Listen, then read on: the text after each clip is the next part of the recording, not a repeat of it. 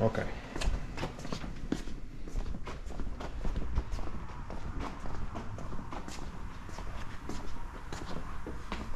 Here we go. Friday shop update, and my hands are all full of parts. Okay, 2, 4, 5, 6, 7, and we're waiting on one more of these. Oop. Okay, here we go. We got the flashlight. Oh, we got the catfish. Okay, told you I'd update you Friday, so here we go. Whoa. Oh. What in the heck? Man. How pretty does that look, guys?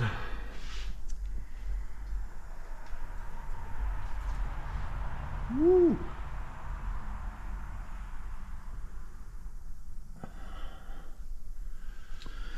Okay. Oh yeah, we got some of that action going on too.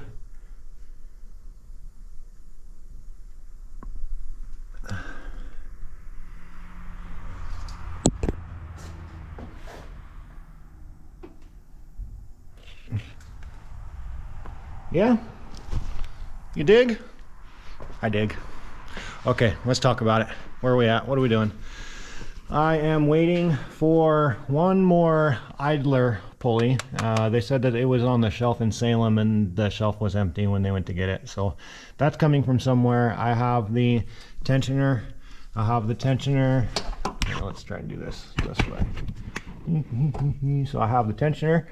I've got the tensioner for down here. I have the idler, and I'm missing one idler. I've got both belts, and I have both of my outer tie rod ends now to be able to put in the steering rack. So we put the motor in, and we needed to get oil pan down and dipstick action taken care of and that all sort of thing. So that's all taken care of. Dipstick's hanging over here ready to be installed now. There's a brake line back here that runs up from the master cylinder, well actually the ABS and the traction control. It runs down. This is this line right here, and it runs down, and normally it ran across the front of the K-member like way out here, but there's no provisions on this new K-member for any brake line attachments anywhere. So I had to take the factory line and manipulate the living crap out of it to get it to lay back in here behind it. It wanted to sit out here naturally in front of the K-member, and I didn't want, when you look underneath the car to go to see all this pretty stuff, I didn't want you just first thing you see is this big nasty brake line running across it. So I've got it all tucked back in there now. I just need to secure it on the outsides, and I'm ready to run the soft line and the electric connections out here to the speed sensors and do all that kind of fun stuff. So brake lines ran. All the brake lines up top are plumbed. I'll climb up the ladder and show you guys out here in just a second. I was kind of working on finishing up on my wire loom and tidying the ends off and doing all that stuff. So I've been doing that last couple of days, and I've got 90% of that done now. I'm waiting for some hose clamps and some, little button up stuff to 100% this thing down here. But we're pretty much ready to move on. Now I got the headers up into place. I've got the correct bolts now. Gaskets will go in tomorrow when this thing comes down on the ground. I'll go up top here and show you guys what the top end looks like. Woo! Yeah, she's getting pretty up here too, isn't she? Tessa's sneezing in the background, don't mind her. Bless you, babe. Okay, so all this stuff's plastic and fiberglass, so it's hard to get a light on it, but here we go. So this is the vapor canister purge, the factory one. I modified this bracket. This is the factory bracket that came on the intake, but there was no provision for on the intake for this bracket, so I actually modified the factory one. I welded it up drilled it, repainted it, and then I got this in basically in its factory location, so we don't have to do any custom or aftermarket stuff on this line here.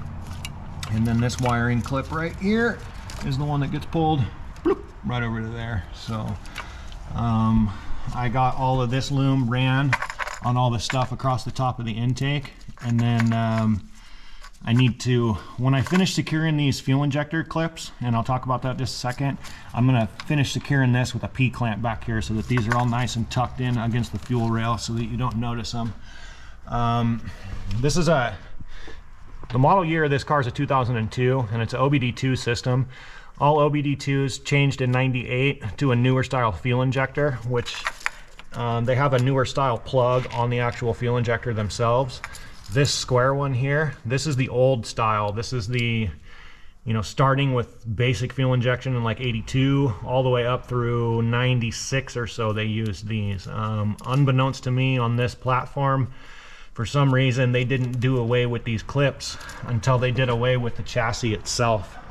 So now I've got to get a little, and this is pretty standard, I got to get just a little 2-inch little adapter plug is what it is, so I can go from this one down to a smaller little one that the fuel injectors are. So I got to get those coming. These factory heater hoses down here, I talked about those earlier that I wanted to replace them. This is a discontinued part, and the only thing that you can do is you can find some people that have them on the shelf still after the discontinued point, or you can buy them used. They're not in horrible condition, but like I was talking about before, they go from a crimp to a low pressure connection, and I don't like how soft these low pressure connections are back here in the firewall area. So I went ahead and ordered some aftermarket heater hose that is red, that matches all the other stuff that we've got up here in this front end. So all the heating system, it'll all match and it'll be red, and you'll see the red heater lines run back on that side. Because I've got some excess, I'm gonna kind of tuck them around and kind of run them with everything else in conjunction with that. I do need to take this valve cover off to prime the oil system. The oil system is the last componentry that I need to install into the vehicle. I'm gonna work on that tomorrow or Monday after I get the power steering pump put into place. So I'm gonna do power steering pump first, then I'll hang the rest of the oil system, and then I'll be moving on to battery and hooking the rest of it up while I'm waiting for the injector clips and a couple of just stupid miscellaneous things. At that point, I should be able to start hanging exhaust and getting all the exhaust ready. We are on it full time now. I'm not going to take my hands off of it until at least the first week of next month. And with the way things are going right now, I don't think I'm even going to need that much time before I'm ready to stuff some pipes on this thing and put some fire down the hole. So quick shot of 12 bolt, and then I just got to torque down the torque arm and finalize all that stuff. So we're set, we're adjusted, and we are finishing up as quick as we can. So sorry about the heater. First time this year we've had to run the heater. It was pretty cold in the shop. We've got our stuff coming in for El Camino, so I'm going to cut and polish on that here in the next few days.